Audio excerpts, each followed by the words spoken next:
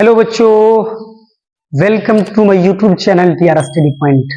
Today lecture we will discuss about polynomial. यानी आज बच्चों हम लोग पॉलिनोमियल के बारे में बात करने वाले हैं।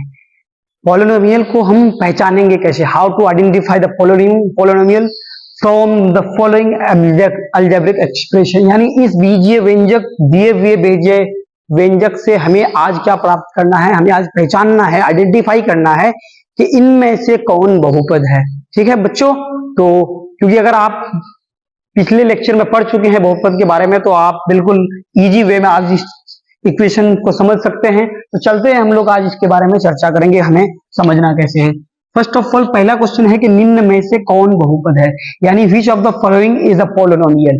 यानी इन चारों ऑप्शन में से ए बी सी डी चार में से चारों अलजेब्रिक एक्सप्रेशन है और इनमें से कौन पॉलिनोमियल है, यानी कौन बहुपद है, उसके बारे में आज देखियो। तो बच्चों पहला क्या है, x पर under root X plus 1 upon under root X. अब हम इनमें से और इन दोनों क्वेश्चन में से दोनों में से वही है, तो पहचानेंगे कैसे। पहले हम बात करते हैं कि हमें पहचानना कैसे है। तो फर्स्ट ऑफ ऑल जब भी कोई वेरिएबल अगर हो, क्या हो, कोई भी वेरिएबल टर्म अगर आपको दिखे, कोई भी वेरिएबल टर्म अगर आपको दिख रहा है, उसमें पहली बात आपको क्या है, जिसके एक्स वाई जेड क्या होता है, X Y Z comma A B C dot dot dot etcetera, कुछ भी हो सकता है आपका वेरिएबल टर्म।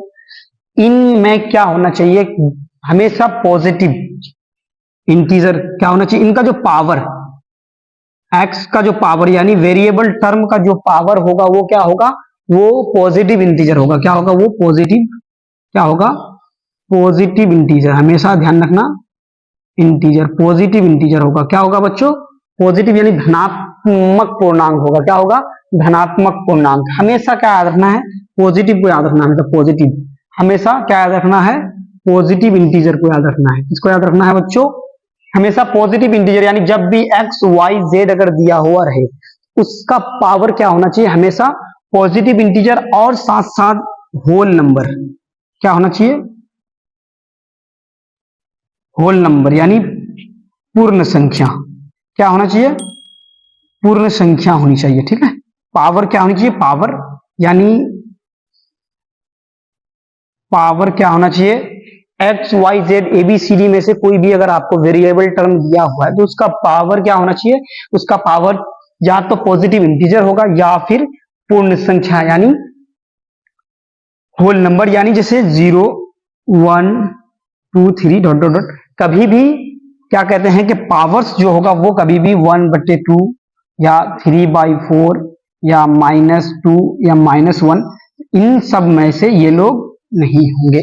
ऐसे नंबर्स कभी भी अगर जब भी इस तरह के पावर्स अगर आपको इसमें दिख रहे हैं तो ये कभी भी बहुपद नहीं हो सकता है। और तीसरा कंडीशन क्या है कि बस आप याद रखिएगा, इन सब में से कोई भी अगर आपको पावर दिख रहा है तो ये वाले टर्म, ऐसे वाले टर्म अगर एक्स वाई जेड के अगर पावर में है तो वो बहुपद नहीं होगा। तो चलते हैं पहले ऑप्शन की तरफ। पहला ऑप्शन क्या है, एक्स अंडर रूट एक्स पर power root X plus 1 upon root X. यानी यहां पे बच्चों दिख रहा है कि x रूट के अंदर है और पहला तो रूट के अंदर है, तो इसके जब पावर हम लोग निकालेंगे तो x पर पावर क्या हो जाएगा, 1/2 हो जाएगा।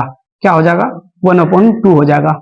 रूट एक्स का पावर क्या होता है, रूट अगर रूट अंडर रूट में रहे तो क्या हो सकता है, उसका हम पावर अगर उसको अगर पावर में कन्वर्ट करेंगे तो 1/2 हो जाएगा। तो 1/2 मैंने अभी बताया क्या क्या होना चाहिए, पावर इस तरह से कभी भी नहीं हो सकता है, 1/2 नहीं होगा। तो इससे पता चल रहा है ये भी बहुपद नहीं है। दूसरा नंबर में देखेंगे, अब देखना root x square -2√3x plus 3, इनमें से आपको दिख रहा है, देखो एक्स का पावर क्या है, स्क्वायर है यानी पॉजिटिव इंटीजर और होल नंबर। उसके बाद फिर 2√3 प्लस 2√3 2x, एक्स पर पावर कुछ नहीं है तो 1 है, ये भी पॉजिटिव इंटीजर। और लास्ट में यानी इसका मतलब दिख रहा है कि ये बहुपद है। ये क्या है, बहुपद है। ठीक है, इसका मतलब ये बहुपद है। आपको नंबर्स नहीं देखना, नंबर्स पर अगर रूट है तो कोई दिक्कत नहीं है, रियल नंबर या रेशनल नंबर या इरेशनल नंबर में से कोई भी हो सकता है, लेकिन वेरिएबल टर्म का नहीं होना चाहिए। ठीक है, जैसे ए बी सी डी जो भी है अब तीसरे नंबर पर देखते हैं। पहले तो x ठीक है, ये ठीक है। दूसरी बात +1 अपॉन x, यानी 1 अपॉन x का मतलब क्या है कि x अगर इसको इसके पावर इस पर पावर कुछ नहीं है तो 1 है, इसको अगर हम ऊपर लेके जाएंगे तो क्या हो जाएगा -1 आ जाएगा। तो यानी -1 x पर पावर -1, तो ये भी क्या है बहुपद नहीं होगा। ठीक है, ये भी बहुपद नहीं है। 4 नंबर देखेंगे x² plus 2 root x plus 4, यानी यहाँ पे भी रूट x आ रहा है, तो इसका मतलब है कि ये भी बहुपद नहीं होगा। तो आपका बहुपद इनमें से कौन हो गया, ये हो गया। ठीक है, दूसरा नंबर सवाल, निम्न में से बहुपद को पहचानें। फिर से वही कंडीशन, वही रूल्स हम लोग फॉलो करेंगे।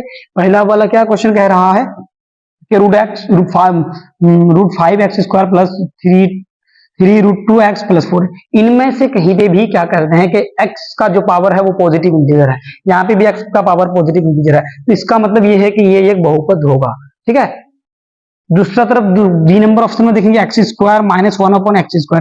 फिर से देखो बटे के, और एक चीज मैं आपको बता रहा हूं, आपको जब भी x, x पर पावर 2 अगर ऐसे दिख जाए तो सीधे उसको क्या कर देना है, बहुपद नहीं मानना। आपको इस तरह का अगर टर्म दिख जाए तो सीधे देख लेना है कि ये बहुपद नहीं हो सकता। लेकिन अगर यहाँ पर ऐसा होता 1 अपॉन x पर पावर -2 होता तो ये फिर बहुपद हो जाएगा, क्योंकि इसको हम अगर करेंगे तो ये x पर पावर 2 हो जाएगा।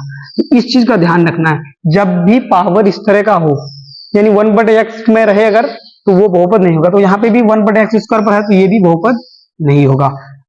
तीसरा नंबर सी नंबर देखेंगे, ऑप्शन नंबर सी में देखो x² plus 2 root upon x minus 4, फिर से 1/x के रूप में है, 1/x के रूप में है, तो ये भी बहुपद नहीं होगा। ऑप्शन नंबर डी -x पर पावर -2 -1 अपॉन 2x प्लस 2, यानी मैंने एक बार फिर से बताया कि ये जितने भी माइनस वाले पावर्स अगर x पर हो तो ये भी बहुपद नहीं होगा। इससे मतलब पता चला कि ये इनका बहुपद है।